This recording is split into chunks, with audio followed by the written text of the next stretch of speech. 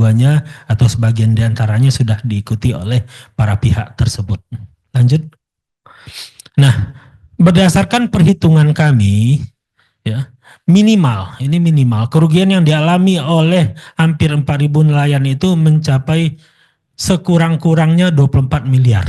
Sekurang-kurangnya, karena ada berbagai asumsi itu dari jumlah bahan bakar yang bertambah antara 4 sampai 6 liter solar per hari, ya.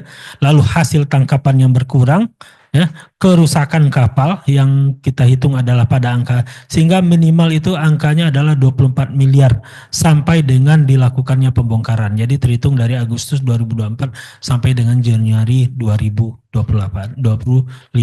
Ya, kita tidak bisa mendapatkan angka yang pas karena kita tidak melakukan sensus, ya. Kita cuma melakukan wawancara dengan beberapa nelayan yang kita harap itu mewakili, ya, dari kerugian yang dialami oleh nelayan. Lanjut.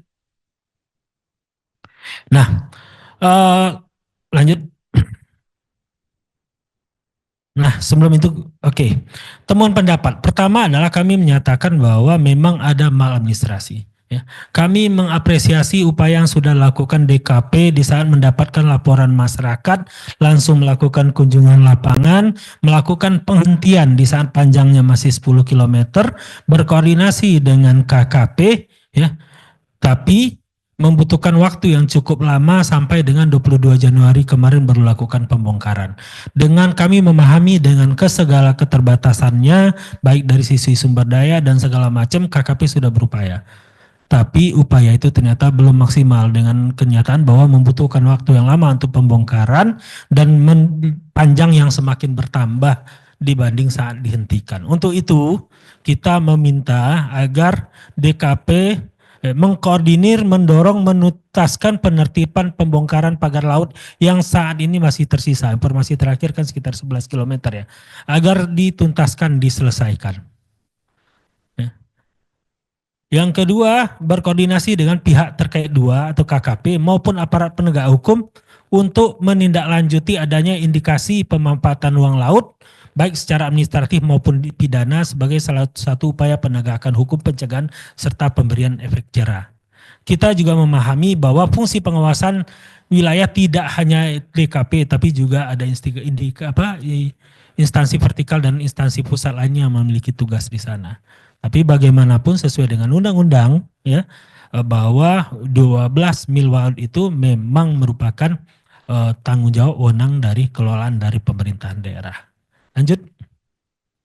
Yang kedua, kita meyakini ada indikasi yang kuat bahwa keberadaan pagar laut ini adalah dalam rangka upaya menguasai ruang laut, ya. Adanya dokumen yang menunjukkan adanya permintaan atau upaya penguasaan ruang laut di mana 370 hektar awalnya diajukan di daerah Kohod yang sebagian sudah terbit atau seluruhnya sudah terbit. Kami tidak bisa membandingkan dengan 263 bidang yang sudah terbit dan 50 yang sudah dicabut. Tapi pengajuan itu 370 hektar. Nah, pihak yang sama atau lembaga yang sama yang mengajukan itu mengajukan kembali seluas 1.415 atau hampir 1.500 hektar yang itu berdasarkan peta yang diberikan, ya, itu ujung terluarnya yang mereka ajukan itu sama persis dengan pagar laut. Jadi yang digambar itu yang peta ini dari BIG. Jadi peta ini dari BIG, kita mendapatkan dokumen pengajuan untuk haknya permintaan itu, lalu kita minta di overlay oleh BIG dan muncul bahwa yang garis terluarnya sama persis dengan garis pagar laut. Sehingga kita meyakini bahwa itu adalah munculnya pagar laut ini memiliki korelasi yang sangat kuat dengan pengajuan hak di laut. Ya, yang modusnya adalah bagaimana menaikkan status girik menjadi tanah, sama seperti yang terjadi di Kohod. Jawab Pak Badli dipertegas lagi bahwa pengajuan yang 1.415 itu adalah yang diarsir garis pink itu bukan? Ya, yang diarsir Yang diarsir itu pada daerah itu adalah daerah yang diajukan dan itu sama persis dengan daerah pagar laut. Jadi batas ujungnya itu adalah yang berwarna pink itu. Nah itu adalah batas bagian terluar dari pagar laut. Nah, dan itu jadi pengajuannya itu sama persis dengan pagar laut.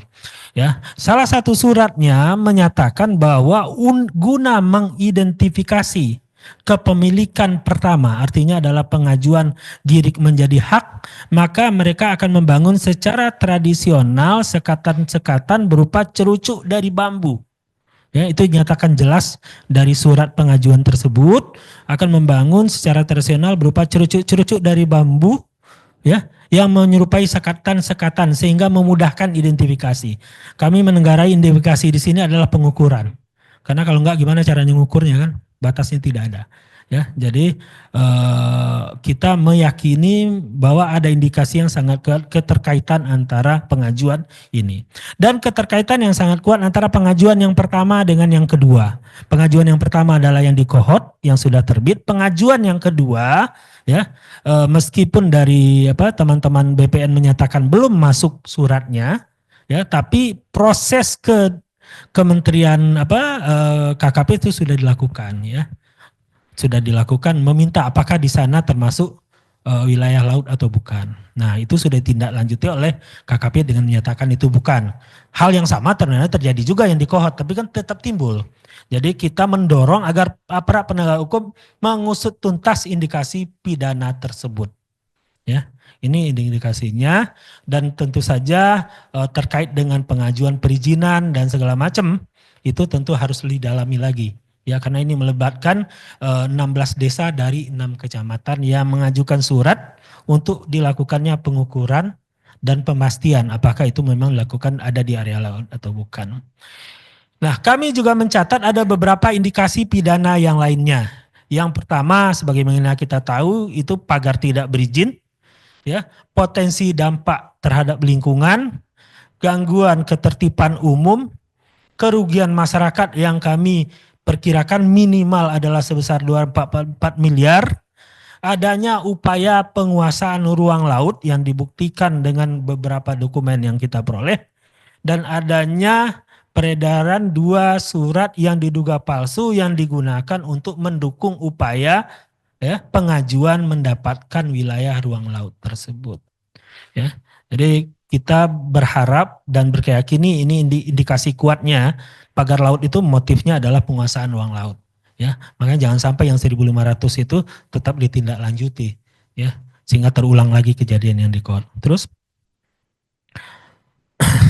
dan yang berikutnya adalah bahwa berdasarkan hasil pemeriksaan, Ombudsman berpendapat bahwa pagar laut tersebut berada di 5 kecamatan dari 6 kecamatan yang ada PSN-nya. Jadi berada di luar, di depannya, ya, wilayahnya. Sehingga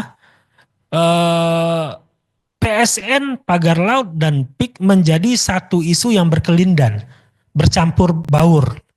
Nah, kita mendapatkan pengakuan dari nelayan, dari masyarakat di saat kita bicara ini pagar, mereka berkeyakinan ini semua berkaitan. Kenapa? Karena kami melihat ada ketidakjelasan, kesimpang siuran informasi di masyarakat.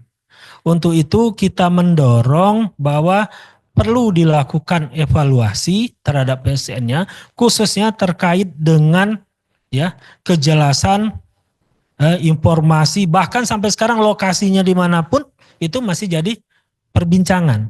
Sehingga di awal itu selalu jadi pertanyaan, ini pagar laut ada di PSN atau bukan? Karena nggak jelas, ya, di masyarakat PSN-nya ada di mana. Ya. Karena dampak berkelindannya informasi yang tidak jelas, akhirnya dimanfaatkan oleh oknum-oknum yang tidak bertanggung jawab, yang memuluskan, ya, apapun upaya-upaya yang tidak sesuai dengan semestinya yang berada di sekitar wilayah tersebut. Ya. Sehingga kita mendorong perlunya evaluasi terhadap PSN serta upaya untuk menyampaikan secara jelas kepada publik informasi yang lengkap, ya, sehingga tidak terjadi lagi penyalahgunaan yang akhirnya, ya, membuat entitas PSN itu menjadi negatif, ya, kesannya menjadi negatif, tidak sesuai tentu saja semestinya proyek pemerintah sebagian mestinya. Oke. Demikian ada 3 hal utama yang ingin kami sampaikan. Yang pertama adalah tadi bahwa kita memang dugaan maladministrasinya itu ada, tindakan korektif yang kita sampaikan adalah penuntasan pencabutan dan upaya untuk berkoordinasi dengan pihak terkait. Yang kedua adalah terkait dengan pidananya, ya. Kita minta para penegak hukum untuk segera mungkin masuk dan membuktikan bahwa ada indikasi pidana, khususnya terkait dengan status tanah, di mana kami meyakini ada keterkaitan yang sangat kuat antara pagar laut dengan upaya penguasaan ruang laut, ya, di mana ada 2 kali upaya. Upaya yang pertama adalah 370 hektar yang berhasil menjadi 263 bidang SHGB yang saat ini 50 sudah dicabut, dan ada upaya 1.400-an, hampir 1.500 hektar lagi pada lokasi yang berhimpitan dengan pagar laut. Dan yang terakhir, kita melihat bahwa di lapangan ini semua sudah berkelindan, ya, bercampur aduk antara PSN, PIK 2 dan pagar laut. Untuk itu kita minta agar itu dievaluasi, memberikan kejelasan kepada masyarakat. Nah, hal-hal ini tentu saja tidak semuanya berada di kewenangan kami. Kami mendorong agar semua pihak yang terkait, termasuk juga aparat penegak hukum, untuk dapat bekerja sama menyelesaikan permasalahan tersebut. Demikian saja. Wabillahi taufiq wal hidayah. Assalamualaikum warahmatullahi wabarakatuh.